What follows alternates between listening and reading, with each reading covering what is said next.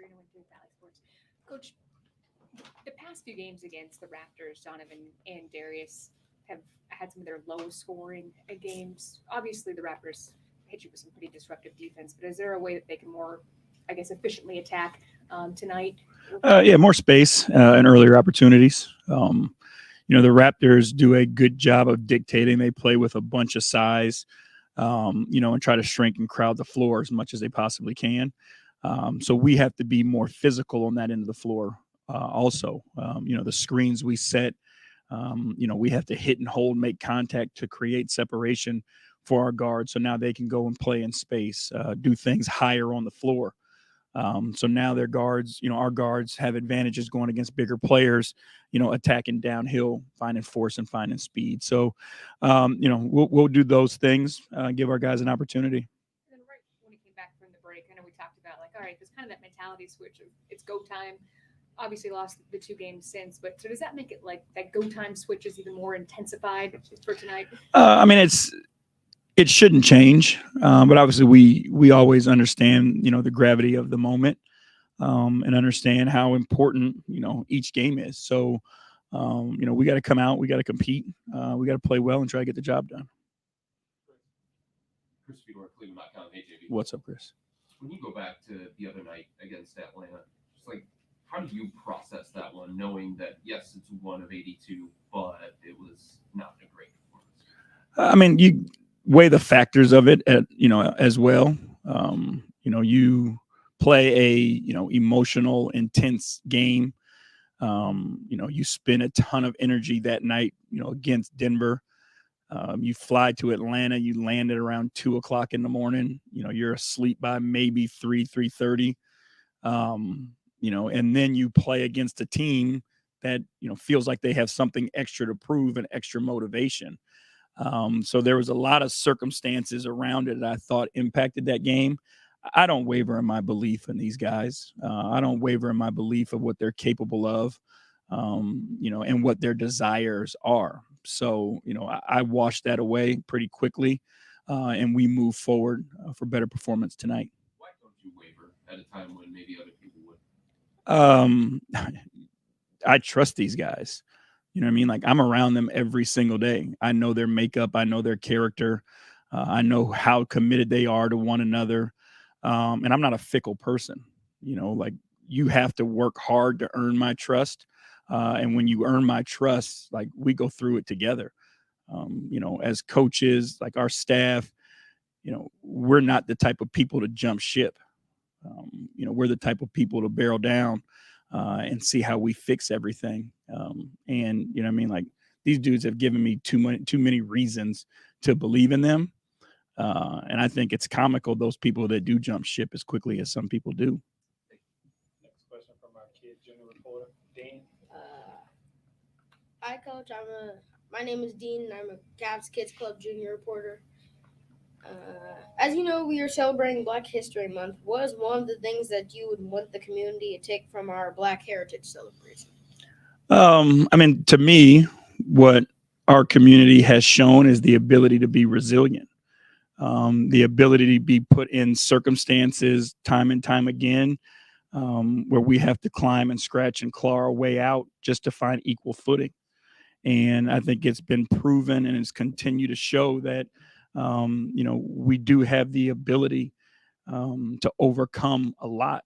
And, it shouldn't be forgotten because people feel like it's history and it was a long time ago. That impacts each generation, and each generation has their own fights to fight. And our community has continued to fight that fight and find opportunity. And then at the same time, embracing everybody else. It's not just solely about the Black community. Our community does a great job of, accepting everybody and kind of setting an example for what hopefully everybody should do. Thanks, buddy. You got one more? Growing up, I know your dad was a coach, so did you always want to be a coach? Yeah, I wanted to play as long as I possibly could. I had some injuries and lack of talent that kind of stopped me earlier than I would have liked. But I knew at some point in time I was always going to get into coaching. because for me, I was extremely fortunate that I had no greater role models outside of my house, and my mom and my dad. Kelsey Bruce, the Athletic.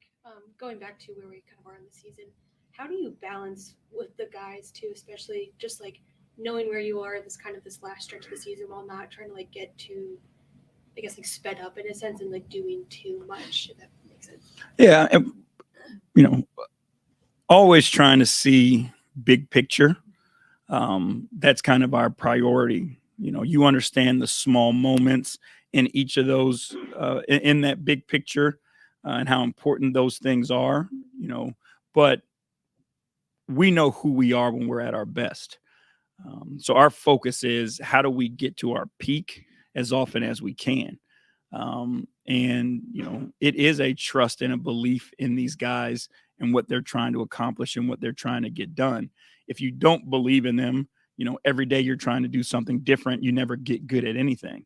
And I think we've established, what we do well. And on most nights, I think we've gone out and done it. Whether what the results are, has always been a little different. But we've put ourselves in this position by focusing on our strengths and playing to our strengths, and getting guys to believe and buy in. And I think they have. And, we believe and buy in them as well.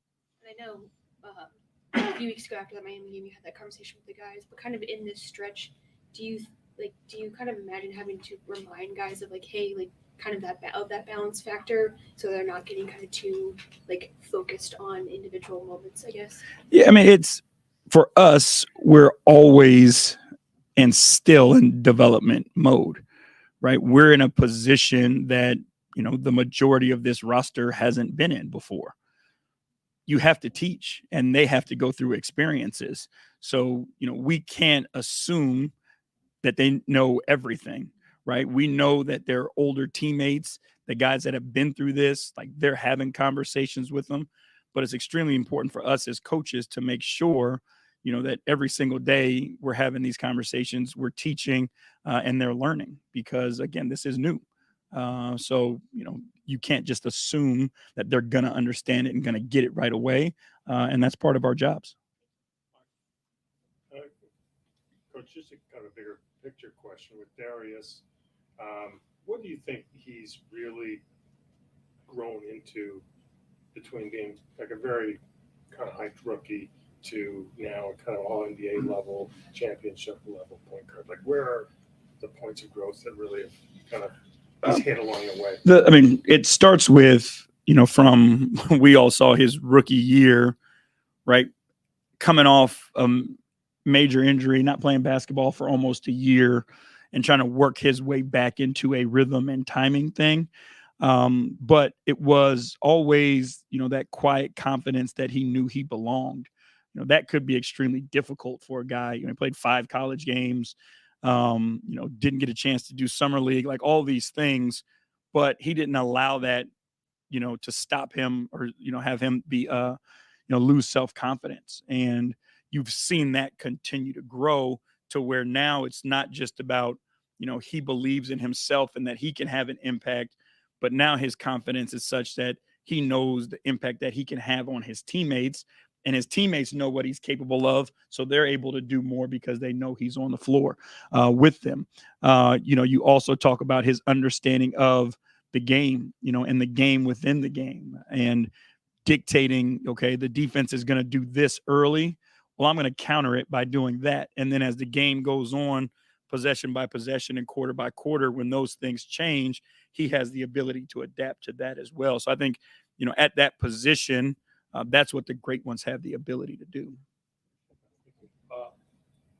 FanNation, Lyria Chronicle, are you going to fill the open roster spot, do you think?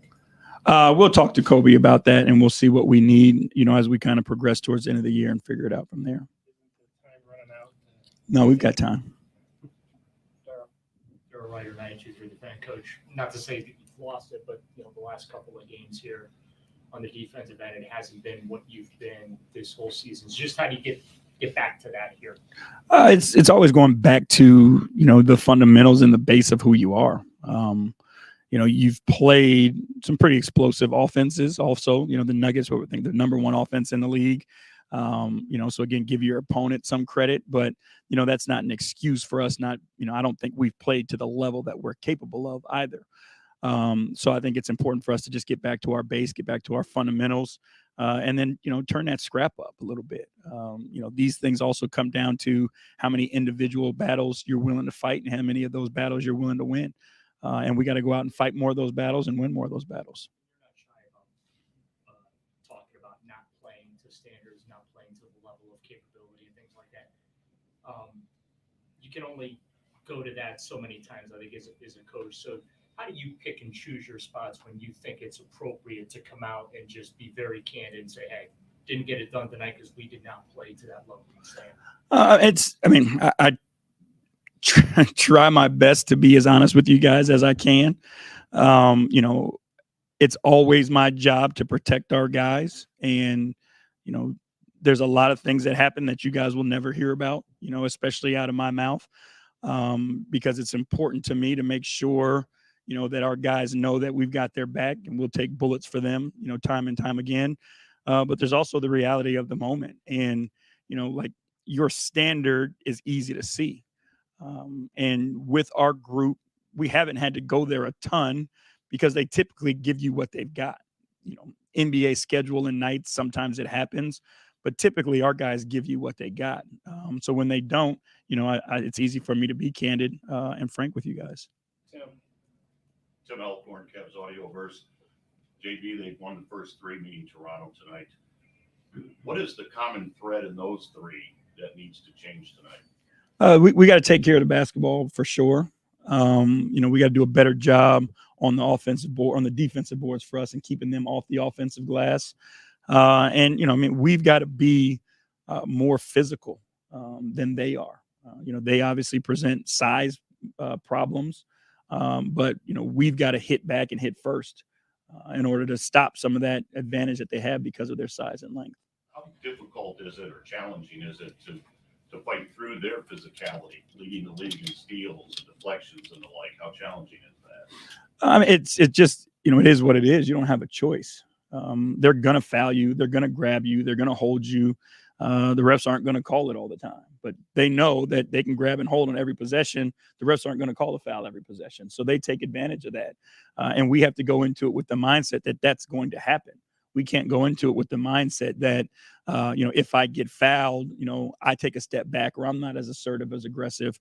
We got to go play through contact tonight and take the fight to them a little bit. Evan Damon, I'll write down you with JB. To go off to Tim's question a little bit, Toronto just has a collection of guys that are 6'8", very good defenders on the perimeter.